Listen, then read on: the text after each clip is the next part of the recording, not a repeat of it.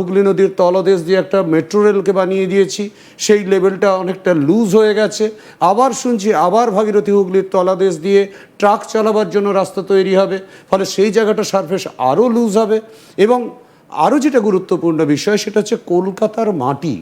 আমরা যে huge construction কলকাতার মাটির উপরে করে ফেলেছি, আপনারা দেখুন তো কোথাও কোথাও 64 তলা 42 তলা এই যে সমস্ত বিল্ডিংগুলো, এগুলো নেওয়ার ক্যাপাসিটি কলকাতার মাটির কিন্তু নেই। কলকাতার মাটি খুব বেশি হলে 10 থেকে 12 তলা বা 15 তলা বিল্ডিংকে হয়তো ক্যারি করতে পারে, কিন্তু সেই জায়গায় আমরা এই বড় বড় বিল্ডিংগুলোকে বানিয়েছি, আমরা প্রচুর ফ্লাইওভার বানিয়েছি, তাতে হিউজ অ্যামাউন্ট অফ লোড চেপে গেছে, কলকাতার মাটির তলা দিয়ে মেট্রো রেল যাচ্ছে।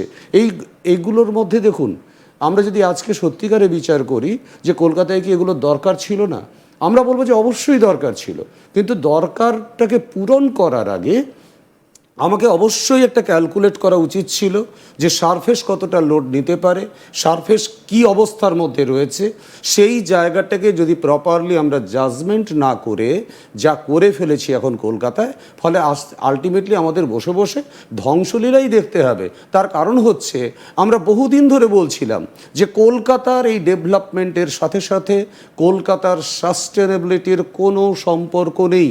কলকাতার মাটির তলা থেকে এখনও যে ভূতল বিল্ডিংগুলো রয়েছে, অধিকাংশ বিল্ডিংয়ে কিন্তু জলের অভাব, তার জন্য তাদেরকে পাম্প করে মাটির তলা থেকে জল তুলে নিচ্ছে তারা। এই যে মাটির থেকে জল উঠে যাচ্ছে, এই ধরনের লুজ অ্যালুভিয়াম মাটি, তাতে যদি জলের অভাব হয় তাহলে মাটি এমনিই দুর্বল হয়ে যাবে, সয়েলের মধ্যে ক্র্যাক ফর্ম করতে শুরু করবে এবং তখন আলটিমেটলি সে ধসে পড়ার চেষ্টা করবে। শহর কলকাতায় আপনারা জানেন অতীতে প্রচুর পুকুর ছিল, জলাশয় ছিল, সেই সমস্ত পুকুর এবং জলাশয়গুলো দিয়ে প্রচুর জল মাটির মধ্যে প্রবেশ করত, সেই জল বা পুকুরগুলোকে আমরা সমস্ত গ্রাস করে ফেলেছি। আলটিমেটলি সেই ফাঁকা জমিগুলো নেই, সেই ফাঁকা জমিগুলো নেই বলেই এর মধ্যে কিন্তু কোথাও কোনোভাবে জল অনুপ্রবেশ করতে পারছে না, যে কারণের জন্য দেখবেন গ্রীষ্মকালে ওয়াটার লেভেল অনেকটা ফ্ল্যাকচুয়েট করছে।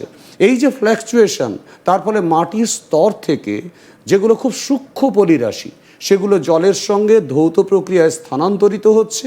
বর্ষাকালে প্রচুর পরিমাণে জল সে গ্রহণ করছে পার্শ্ববর্তী অঞ্চল থেকে, এই পার্শ্ববর্তী অঞ্চল থেকে জলকে টেনে নিতে গেলে অনেক দীর্ঘায়িত হয়ে যাচ্ছে তার প্রবাহ, যে কারণের জন্য মাটির তলাতে যে সূক্ষ্ম পলিরাশিগুলো আছে সেগুলো জলের সঙ্গে মিশে গিয়ে অনেকটা দই বা ঘোলের মতো হয়ে যাচ্ছে।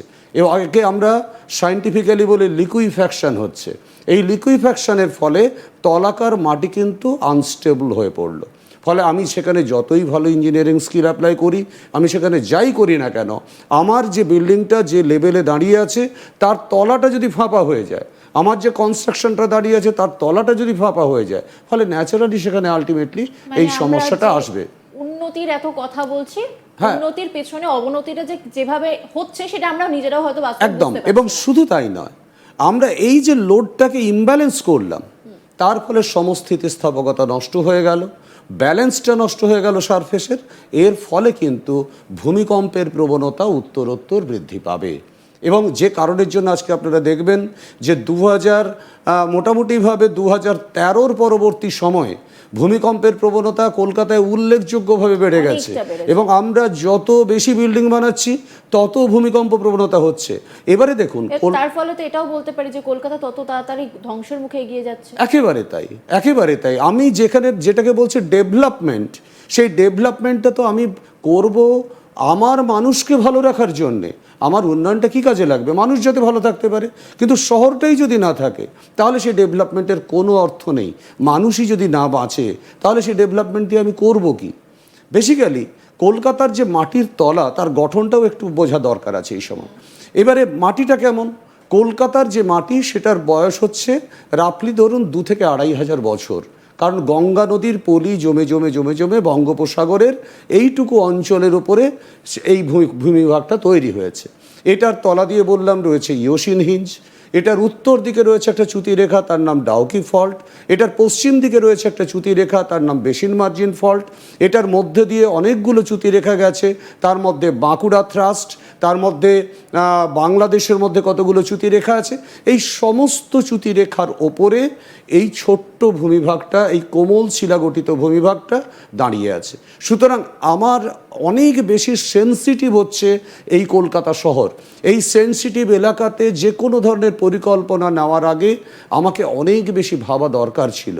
আমরা কি করি জানেন তো, এই যখন একটা বিল্ডিং বানাতে যাই তার একটা সয়েল টেস্ট করা হয়। এই সয়েল টেস্ট করার সময় একটা নির্দিষ্ট গভীরতা পর্যন্ত টেস্ট করলাম, তারপরে দেখে মনে হলো যে না ঠিক আছে, এর উপরে বাড়ি স্টেবল থাকতে পারে।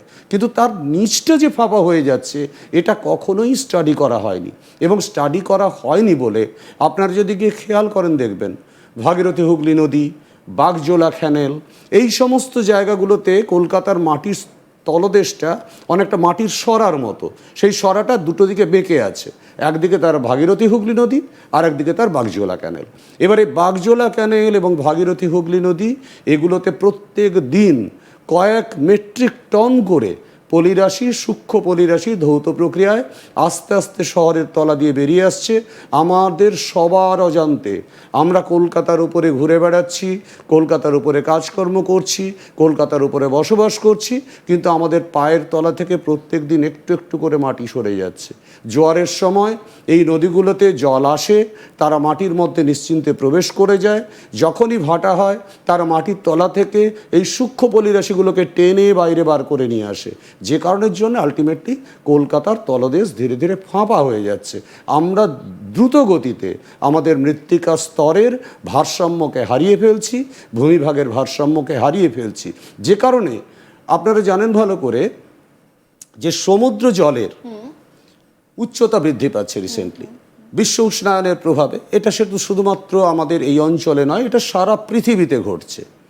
এবারে নাসা বেশ কিছুদিন আগে একটা রিপোর্ট প্রকাশ করেছিল, যাতে বলেছিল যে টেন্টেটিভলি হয়তো 2032 থেকে 35-এর মধ্যে আমাদের যে বঙ্গোপসাগরের জল সেটা এসে খিদিরপুরের কাছাকাছি পৌঁছতে পারে।